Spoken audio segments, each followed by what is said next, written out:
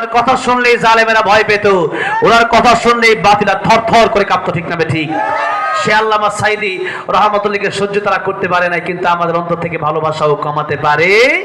তাই ইনজেকশনের সাথে বীজ দিয়ে শহীদ করে দিল আল্লামা সাইদি রহমতুল্লাহকে। শহীদ করলে কি হবে? আল্লাহর কাছে আল্লামা সাইদির দাম আছে, আমাদের কাছেও দাম আছে। শহীদ করেছিল আল্লামা সাইদিকে, যারা শহীদ হয়ে যারা মরে যায় না। তাই আল্লাহর কোরআন আয়াত হচ্ছে এটা, ওয়ালা তাকুলু লিমান ইউকতালু ফি সাবিলিল্লাহি আমওয়াত বাল আহইয়াউ ওয়ালাকিন লা তাশউরুন। তাই আমি লিখেছিলাম, আল্লামা সাইদি তুমি মরনি, শহীদ হয়েছো তুমি এটাই জানি, ঠিক না? কারাগারে কাটালে 13টি বছর, বাতিল কেঁপেছে তোমায় দেখে থরথর।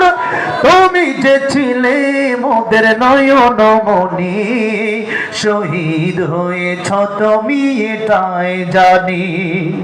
আল্লামা সাইদি তুমি মরনি, শহীদ হয়েছ তুমি এটাই জানি।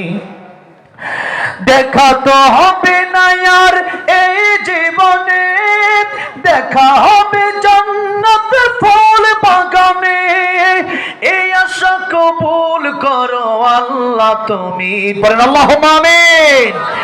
এই আশা কবুল করো আল্লাহ তুমি, শহীদ হয়েছ তুমি এটাই জানি। আল্লামা সাইদি তুমি মরনি, শহীদ হয়েছ তুমি এটাই জানি। শহীদ হয়েছ তুমি এটাই জানি। আল্লামা সাইদির কবরগুলা, আল্লামা সাইদির কবর জান্নাতের উচ্চ মাকাম বানায় দেন, জুড়ে বলেন আমিন।